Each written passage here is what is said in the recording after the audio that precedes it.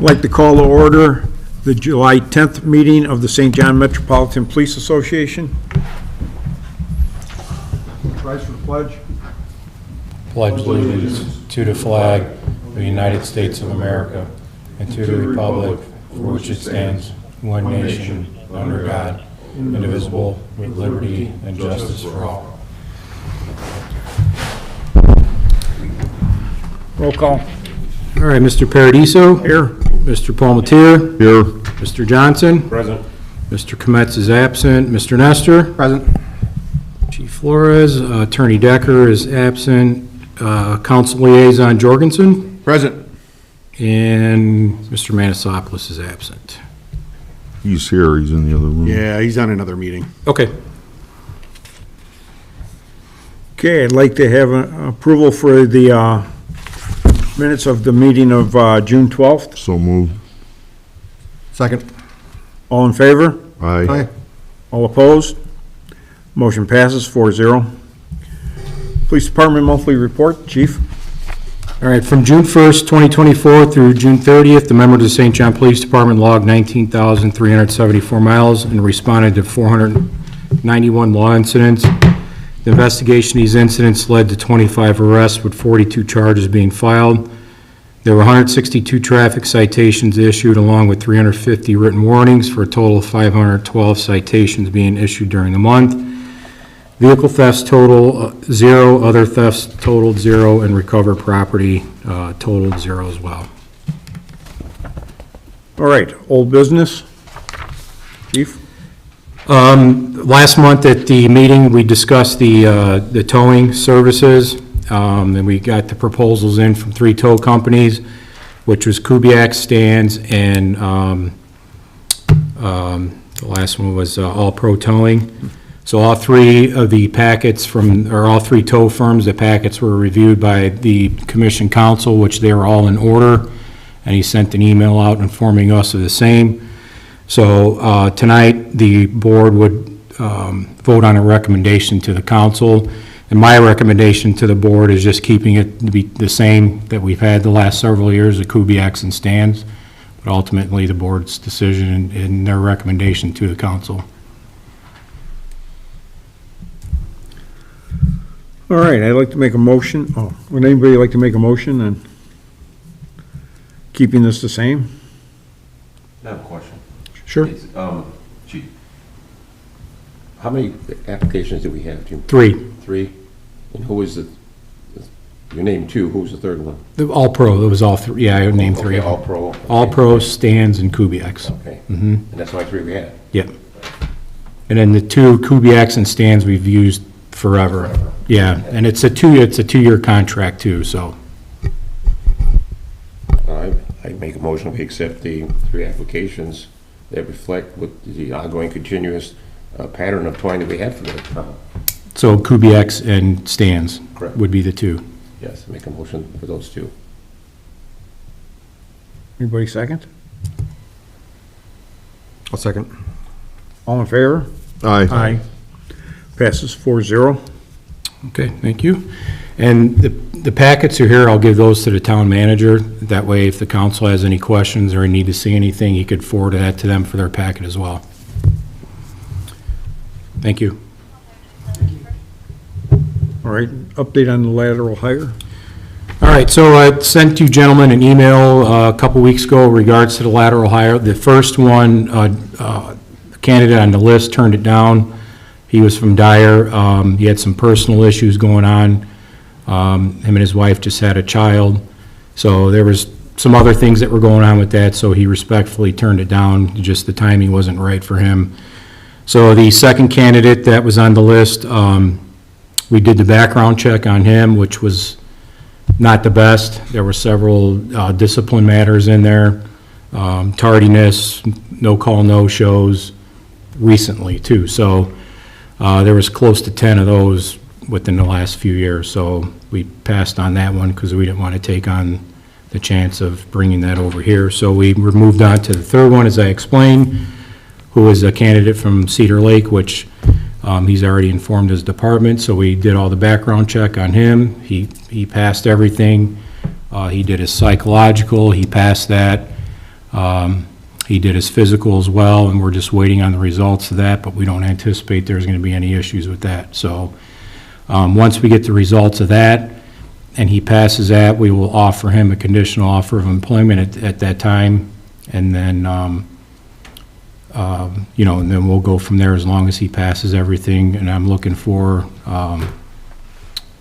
approval from the board here to move forward as long as he passes everything, and everything comes back okay. How long was he on Cedar Lake? He's been there 4 years. What's his rank? He's a patrol officer.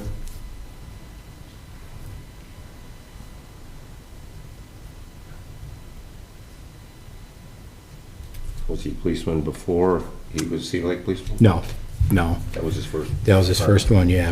So he's new, very aggressive, very active officer.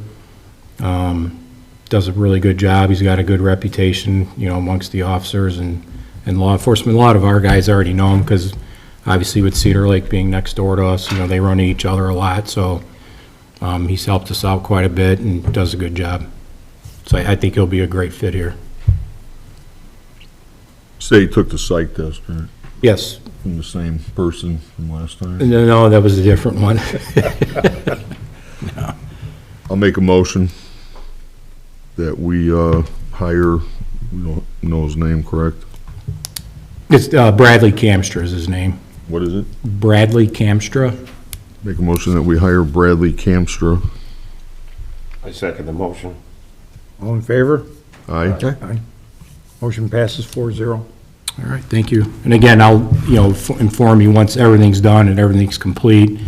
And of course, as long as he passes everything, we'll go ahead and move forward. I don't anticipate that being an issue, though. So thank you very much. All right, any new business? I do have one thing I just kind of want to put on your radar for now. It requires no action tonight. There's been discussion, as you know, we're part of the Northwest Regional SWAT team, and they're looking to put medics on the team, which they already started doing. They have Hobart and Crown Point firefighters that are paramedics that are part of the SWAT team now. We do have one guy that's on it from St. John and Cedar Lake.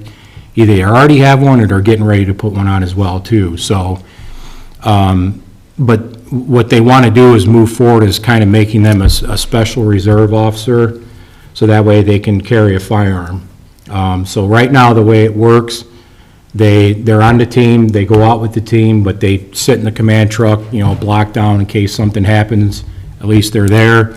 This would allow them to be armed, and they can go kind of in the warm zone if they need to get in there, and God forbid something happens, they're able to defend themselves with, you know, being able to carry a firearm. But prior to doing that, of course, they would have to go through extensive firearm courses, improve their proficiency with the firearms. They would have to go through a full 40-hour pre-basic course with us to get certified through the state of Indiana. And then they also would have to, in addition to that, the SWAT team has already put them through extensive training. Basically, all the training that they put on for a brand-new operator, they have to go through that as well, too, and be able to pass all the standards that they have. So they go through a lot of training. And again, they're not going to be stacked up on the door with the entry team. They're just going to be kind of in that warm zone in case something bad happens, they're able to respond to that. So we put a policy together, we grabbed Crown Points, Hobarts, and Cedar Lakes, and just kind of mirrored that to ours. So we're making some adjustments to it, and we're looking into some other things further, such as in the middle of the night, if the paramedic gets toned out for a SWAT call out, and he jumps in his personal car and to drive to wherever the scene's at, and he gets T-boned by somebody, is his insurance going to cover that? I mean, it's not going to be covered by the town because the town doesn't cover his auto insurance. So we got to kind of figure out how that's going to work. I reached out to the other chiefs to see what they're doing in a situation like that.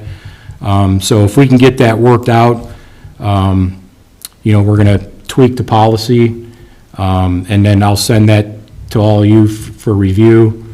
And then if we decide to move forward, I'll bring it up again, you know, for final approval, and then it'll go to the council for them to give the final blessing of it. So again, this is just kind of in the infancy stages right now. I just wanted to let you know, just inform you, put it on your radar in case you see it in the next couple weeks. And if you have any questions, I'd be happy to answer them. Chief, is all that training in your budget? Or, Yes. Yeah, Okay, that would so be you- our through training budget. okay, so that'll all be taken care of. It will be, yes.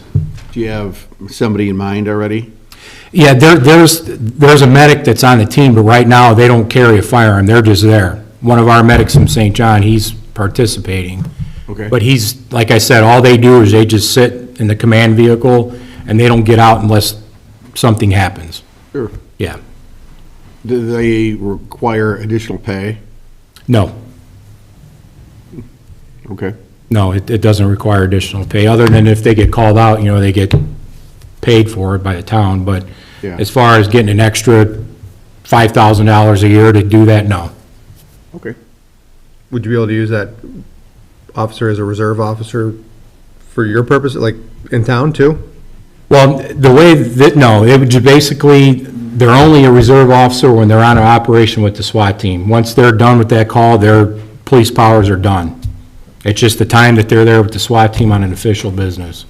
So they're not gonna be out, patrolling the streets or on their off days or anything. It's strictly when they're on a SWAT operation, and that only.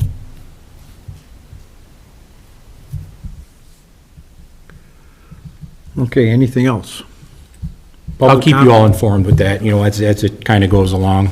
So we're, like I said, there's still some things that I need to kind of work on and work out. Any public comment? None? Just say, hey, thank you on the towing. You ready? All right, I'd like to make a motion to adjourn. Second the motion.